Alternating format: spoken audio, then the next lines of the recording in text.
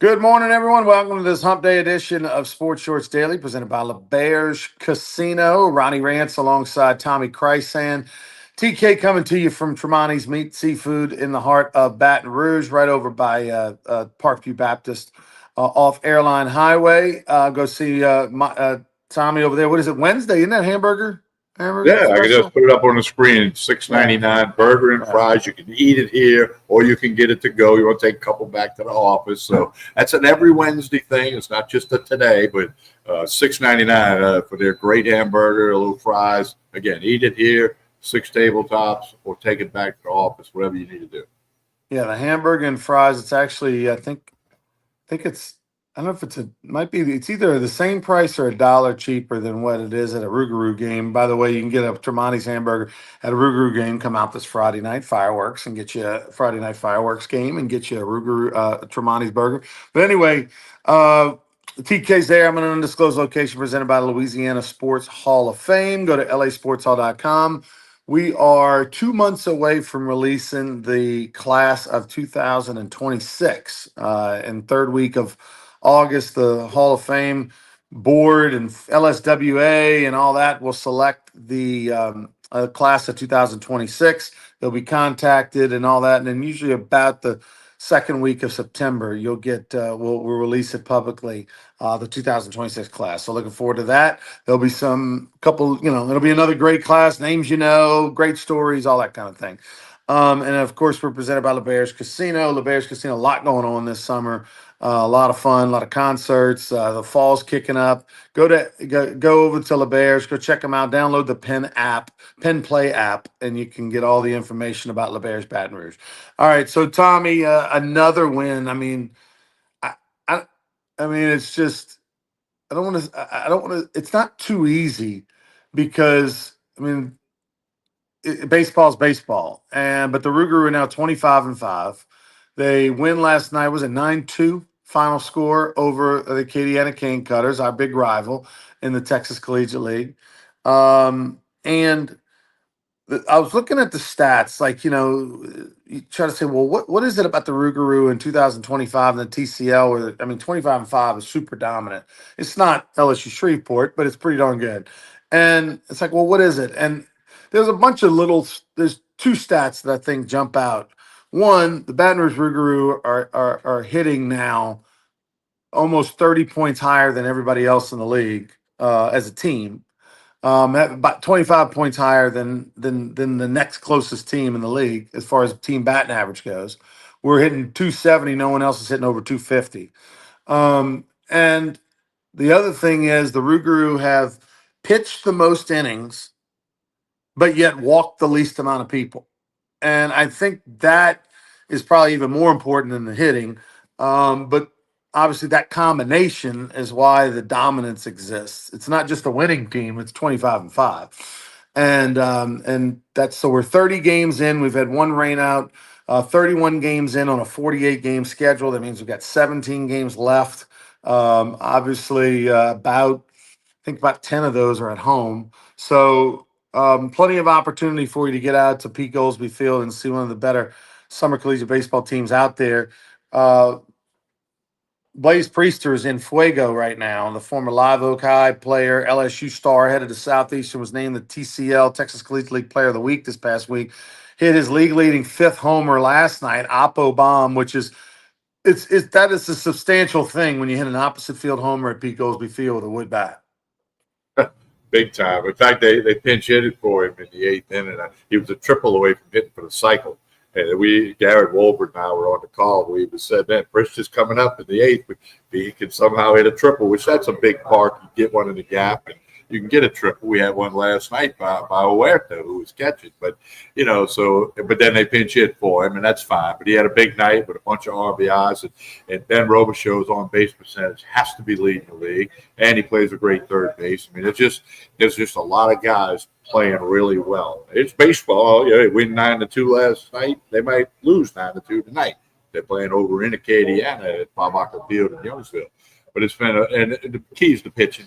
and a very good defense. And, I mean, a lot of double plays, a lot of pickoffs, caught stealing. I mean, they've just done all the little things that become the big things and lead you to have a 25-5 record after 30 games. Clearly, at this point, the best team in the Texas Collegiate League. But you can't get ahead of yourself. You line up, play tonight, and you go from there. They back home on Friday night. It's one you mentioned it, but I'm gonna put the graphic back up. They're back home on Friday night. You have Jerry Lane Enterprises fireworks show. And play Acadiana again. I mean, so many kids running the bases last night. It was big time. So make your plans now to be at Pete Cosby Field Friday night. The the Rougarou, by the way, mark your calendar. Really, there's some all kind of special events, and we'll tell you about them as we go. But there's some special nights. This Friday will be a big night. Gonna be a lot of people, a lot of fun. The USSSA Rec All-Star World Series is going on in Baton Rouge this week. 125 teams from around the South. And tonight, 6 o'clock, downtown, where they have Live After 5 in Baton Rouge, downtown Baton Rouge, outdoor concert venue right by the old state capitol. We'll have an open ceremonies for that USSSA Rec League All-Star World Series, and I'll be emceeing that. The Rougarou have a big tent out there. We'll have our street team handing out pocket schedules and all that. So we'll have a bunch of those teams will be at the game on Friday, and then I think the mayor is the mayor. I think the mayor's throwing out Sid Edwards is throwing out the first pitch. Mayor Sid, Coach Sid, throwing out the first pitch. I know. I know Mayor at Sid, but I know Coach Sid and have for many years. And, right. He's a good guy. He's a character, but he's a good guy and all that. So that's cool that he'll be there Friday. We're going to have him address the team before the game. Obviously, he spent many, many years as a great coach, and so I want him to address the team before he takes the field. And so excited to see Coach Sid Edwards come over there. It's an honor to have the mayor of your city, no matter what city you're in, come to your ballpark and throw out the first pitch. Plus, I want Sid to be able to see a Rougarou game. He's never been to a Rougarou game, and being the mayor, Pete Goldsby Field could use a little help, Tommy. So hopefully he comes out there, sees the seasons. You got to give him the Skip Bertman treatment with the special seat and all of that good stuff, which we had the other night, and that was good. No, it'd be great to have Coach Sid Edwards out there. And by the way, Carl the Cat was in the house last night with his 5-year-old grandson. So, I mean, we were loading up. We gave Carl a shout-out on the air, had his 5-year-old grandson that I met last night. So it was good. No, and it was a nice night for baseball, and we want everybody to come out Friday and then go to brrougarou.com. A lot of home games. Next Tuesday, Wednesday, Thursday, Friday, there's 4 games in a row. And then one on Sunday. So, I mean, you got plenty of opportunity. Bring the family and have some fun. Oh, we've got, we'll tell you before we get there, but July 24th is Raising Cane's Bark at the Park, and Cane 3, I think, is going to be out there. The dog, the Raising Cane's dog, is going to come out there and participate. And Stephen Milam's coming. He's bringing like 2 or 3 of his own rescue dogs. So Stephen Milam, the LSU shortstop's going to come out. He'll throw out the first pitch as well, and he's going to sign autographs, take pictures. So we're excited about that. But we'll tell you plenty more about it. Carl Dunn says he put money on you to be Executive of the Year in the Texas Collegiate League. Owner of the Year, Executive of the Year, something like that. Definitely, they do not have that award card, but I appreciate it. But definitely, we joked that Casey McKenzie he'll be the GM of the year. Only 4 of the 6 teams have a GM, but still, regardless, he'll be the GM of the year. All right, TK, let's move on to you said SEC Media Days. The Tigers are bringing 3 players. Obviously, Garrett Nussmeier will be back. He's the star. He's the second behind Arch Manning. I think he's the favorite to win the Heisman. You lay $100, you'll win $800 at the moment. That's pretty much what you can find. Whit Weeks going to be in there, coming off an injury, but he'll be one of the leaders on that defense for sure. And Chris Hilton Jr. is an interesting story. And we got a couple of Zachary players on our Rougarou team, and Chris Hilton went to Zachary High. Of course, was a track star for Chris Carrier on the track team, and then as well as a football team for David Brewerton. And he's a guy that up until what, maybe halfway through last season, it didn't look like it was going to work out at LSU. You could have totally seen Chris Hilton Jr. transfer portal going somewhere else. And then all of a sudden, it's like the talent and the coaching and the mindset all came together. And now there's tremendous expectations for the wide receiver to be one of the more dominant forces in the league this year. He was such a star at Zachary, multiple sports star, great athlete. When healthy, he's put up good numbers at LSU. When he's had those stretches of being healthy. So if they keep him healthy, and I think him going over to the SEC media days and representing the Tigers and his teammates, that should get him focused. If he stays healthy, he can have an impact on the field for the LSU Tigers. Well, the other thing is Chris Hilton is the receiver that most famously was chewed out by Brian Kelly for jumping, and you heard Brian Kelly say, "Stop jumping." He had an issue with that. He couldn't time his jumps, and I don't know if maybe they checked his eyes or whatever. But I was told he had worked on that, and again, if healthy and if he gets over that jumping thing, he can put up some pretty dang good numbers. And LSU obviously got a rich history with wide receivers putting up numbers, and he may be the next one. Yeah, it was odd how a basketball player in high school and all that could be so off. It seemed at times with and that was over 2 seasons. It wasn't just one game.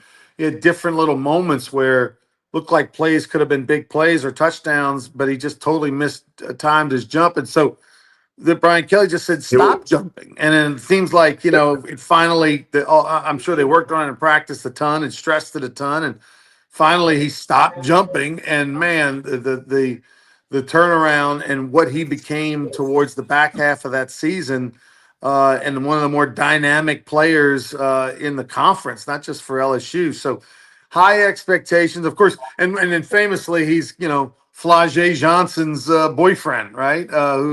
Who Flau'jae, of course, the star of the LSU women's basketball team and rapper, and makes a gazillion dollars, and so it's kind of an analogy, like we all know Charles Barkley was a great athlete. He led the NBA in rebounding at 6'5". And when he first started playing golf, it was the ugliest golf swing anybody ever saw. And it's like, how can an athlete like him have such a bad golf swing? And of course, he's fixed it a lot. It's a lot better. It's not great, but it's a lot better. Kind of the same thing with Hilton Jr. That one little thing was just a flaw. Like such an athlete at Zachary High, basketball, track, football, and then he's got this little thing. But hey, he's worked it out apparently. And if he does work it out, Nussmeier's going to be throwing a lot of balls his way this fall. Mm-hmm. So LSU be the leadoff batter at the SEC Media Day, so we'll have a lot to talk about next week. And I looked through the list of all the players going, and obviously Arch Manning with the Louisiana tie will be there in Texas. I was just looking if there were any other Louisiana guys that might be among it. So, yes, Arch Manning, but then, and like you said, LSU comes out the gate first Monday morning over there in Atlanta. I'm curious the story of the year is going to be Arch Manning, to see what he does there. The guy's been in waiting for 2 years. We got a little small sample size last year when he got to play a couple of games, and it was against inferior competition mostly. And obviously, to me, he is set up to have success, Tommy, because in this day and age, if you can sit and learn at the quarterback position, and the guy's had 2 years to, in essence, be a backup, they slowly bring him along. But yet at the same time, he's had success when he's gotten the opportunity. So the confidence is there, the knowledge of the system. It's the same coaching staff, same system. He's a smart guy. He's uber talented. Like to me, he's obviously, that's why he's the Heisman favorite, and because of that last name, it brings the cachet. And oh, by the way, Peyton Manning didn't win the Heisman Trophy, right? He finished second to Charles Woodson. Everybody thought he would win it that year, and probably should have, but he didn't. And so you almost feel like the Manning families do, right? You've had, Archie and Eli and Peyton, and they never won the Heisman, and you feel like, all right, the Manning families do. But there's also the other side that's critical and saying, hey, wait, he hasn't done anything yet. And if he was that good, why would why would Texas not played him more? And you got a quarterback who started over him, who was a 6th-round pick. So there's arguments on both sides to say, hey, this guy's overrated. I'll say this: he's definitely overhyped. That's not a criticism of him. It's just because of his last name and the program he plays for. He's overhyped. Is he overrated? Probably a lot. Probably Gary Nussmeier's overrated. But can't wait to see what he does. That's my favorite story outside of what happens at LSU this year in college football. I'd like to elaborate on your point about sometimes it's good to sit around and wait and learn that position. The case and study is LSU, from Matt Mock to Matt Flynn to Joe Burrow to Jaden Daniels and now Nussmeier. That's guys that waited their turn. In Daniels and Burrow's case, 5th year of college football. Flynn and Mock, it wasn't the 5th year, but they waited until their senior year to get their opportunity and make the most of it. So, we'll see what happens, and that could spell good for Arch Manning. It could spell good for Garrett Nussmeier. It may be a dead heat for the Heisman for those two, and a dead heat for a Southeastern Conference championship and or a playoff spot. Yeah, I definitely, I think he's not a 5th year like Matt Flynn. He's a 3rd year, but still, in this day and age, a guy that sits 2 years and plays his 3rd year is like a 5th year because nobody sits anymore. You find a place where you can play. It might be at a smaller school, lesser school, mid-conference. Oftentimes you see the guy go to a big school out of high school and then go, okay, well, I'm not getting my opportunity to play. I'm going to transfer to a school where I can play, and then maybe go to some bigger school after that for a payday. And so, you just don't see guys choosing to sit. And in his case, in the Manning kid's case, he knew that I'm going there, I'm going to sit for sure for my freshman year. And there's a chance I'm going to sit my sophomore year. And that's exactly what happened, other than the injury for a couple games where he got to play. But no, there's value in it. Jaden Daniels, I don't put him in the same class. He was a 5th-year starter because he probably started 3-4 years at Arizona State. But there is tremendous value in it at that position in particular. Maybe not other positions, but at the quarterback position, you can help your team by just sitting and watching and practicing only. All right, so college football, there you go right there. We got Major League Baseball All-Star Game next week. Getting more excited and hyped up for that. We saw where Gage Jump is now voted the number 1 prospect in the Oakland A's organization, a former LSU lefty who transferred from UCLA. He and obviously helped LSU win a national championship in 23. Gage Jump is no, was he 23? No, 24, Tommy. No, he pitched in 24, right? 23, I thought.